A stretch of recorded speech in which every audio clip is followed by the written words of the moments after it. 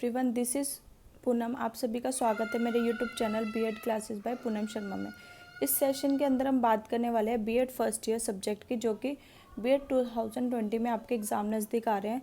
जो आपका सब्जेक्ट है पेडागोजी ऑफ कॉमर्स, इसी का यूनिट 1 डिस्कस करेंगे। ओके, जिसके अंदर हम आज बात करेंगे ब्लूम टैक्सोनॉमी के बारे में और इसके ऑब्जेक्टिव के बारे में हम समझेंगे।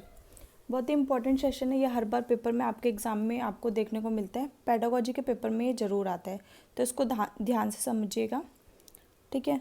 जैसे कि आपको पता है, मैंने पेपर 1, पेपर 2, पेपर 3 और पेडागोजी के सारे इंपॉर्टेंट क्वेश्चन करा दिए हैं। तो जिन बच्चों ने ये क्वेश्चन आंसर की सीरीज़ नहीं देखे तो आप मेरे यूट्यूब चैनल पर जाके देख सकते हैं, वहाँ पर मैंने प्लेलिस्ट बना रखी है, ठीक है। ये आपके एग्ज़ाम के लिए काफ़ी हेल्पफुल है। तो आप ईज़िली 80% स्कोर कर सकते हैं अगर आपने वही क्वेश्चन देख लिए, वही उनमें से कुछ एक्स्ट्रा आपके एग्ज़ाम में नहीं आएगा, इसकी श्योरिटी मैं देती हूँ। ओके, ठीक है। वो जो क्वेश्चन है मैंने लास्ट 5 ईयर्स के लिए हैं। ओके, तो ये आपके क्वेश्चन आपके एग्ज़ाम के लिए हेल्पफुल है, तो आप इनको ज़रूर देखिएगा।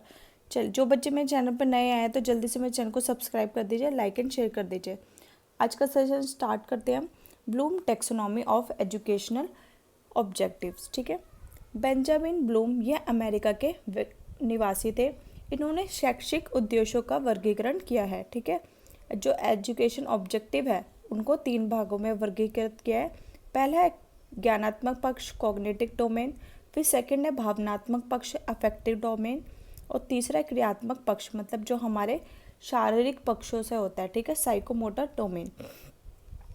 पहले पक्ष को हम डिटेल में समझते हैं। ज्ञानात्मक पक्ष, कॉग्निटिव डोमेन, इसका वर्गीकरण ब्लूम ने 1956 में किया था। यह मानसिक क्षमताओं, ठीक है, कॉग्निटिव का मतलब ही क्या होता है, मानसिक, दिमाग से जुड़ा हुआ, मानसिक क्षमताओं से संबंधित होता है। इसके उद्देश्यों को सरल से कठिन और शिक्षण अधिगम को निम्न स्तर से उच्च स्तर तक ले जाने के दृष्टिकोण को 6 भागों में बांटा गया है, ठीक है। इसका उद्देश्य क्या होता है, इसको ईजी से स्टार्ट करते हैं, फिर डिफ़िकल्ट लेवल पे ले जाते हैं, ठीक है। पहले बच्चा क्या करता है, काउंटिंग सीखता है, ठीक है। काउंटिंग सीखने के बाद टेबल सीखता है, डिवीज़न सीखता है, मल्टीपल सीखता है, फिर वो बहुत बड़े बड़े क्वेश्चंस को सॉल्व करने लग जाते हैं, ठीक है। इजी टू डिफ़िकल्ट ले जाते हैं इसको। और ये चलिए, इसको इसी दृष्टिकोण को, कॉग्निटिव डोमेन को 6 भागों में बांटा गया। पहला क्या, ज्ञान, नॉलेज, समझ। फिर थर्ड प्रयोग, विश्लेषण, संश्लेषण। और फिर क्या करते हैं, मूल्यांकन करते हैं। अब मैं इसको समझाती हूँ अच्छे से, ठीक है। ज्ञान, मैंने आपको नॉलेज दे दी कि मैं आज आपको ब्लूम टैक्सोनॉमी पढ़ाऊंगी। ओके, फिर आपने उसको समझा, जो मैंने कॉन्सेप्ट बताया फिर आपने उसको समझा, फिर आपने उसका प्रयोग किया, ठीक है, एप्लीकेशन की, ठीक है, कि आपको समझ आया कि नहीं आया। फिर आपने उसका विश्लेषण किया, एनालाइज किया कि ठीक है, इसमें ये चीज़ें होती है, ठीक है। एनालाइज किया कि हाँ, मैम ने जो पढ़ाया था ये चीज़ें इसके अंदर होती है। फिर संश्लेषण, आप एग्ज़ाम में बैठे, आपका क्वेश्चन एग्ज़ाम में आ गया, आपने एग्ज़ाम में वो क्वेश्चन कर दिया। फिर आपका जब एग्ज़ाम ओवर हो गया, फिर आपका क्या है, रिजल्ट आया। फिर उसमें क्या हुआ, आपका मूल्यांकन हुआ कि आपने कितना सही किया और कितना गलत किया। इसके अंतर्गत ये आते हैं। इसको समझते हैं, ज्ञान क्या होता है। ज्ञान, इसमें बच्चों को जानकारी दी जाती है। इसमें बच्चों को क्या दीजिए, जो भी आंकड़े हैं उनकी जानकारी दी जाती है और याद कराया जाता है, आदि कराने का प्रयास किया जाता है, ठीक है। कि मैं आज आपको ये ब्लूम टैक्सोनॉमी पढ़ा रही हूँ, मैंने आपको सिर्फ बताया तो बच्चों ने याद कर लिया, ठीक है, जानकारी दी। फिर उसके बाद क्या होता है, बोध, कॉम्प्रीहेंशन। इसमें बच्चों को जो ज्ञान कराया जाता है उसकी समझ विकसित कराई जाती है, ठीक है। कॉन्सेप्ट समझाया जाता है, रटाया नहीं जाता है। पहले में क्या होता है, रटाया जाता है, लेकिन इसमें क्या होता है, कॉन्सेप्ट को समझाया जाता है, अर्थ को समझाना, समस्याओं की व्याख्या करना। फिर प्रयोग, थर्ड क्या आता है, प्रयोग। इसमें आत्मसात किए गए ज्ञान को परिस्थितियों के अनुसार प्रयोग किया जाता है, ठीक है। इसमें आत्मसात, जो भी आपको ज्ञान प्राप्त हुआ है उसको क्या कहते हैं, अब अप्लाई किया जाता है, प्रयोग किया जाता है, ठीक है।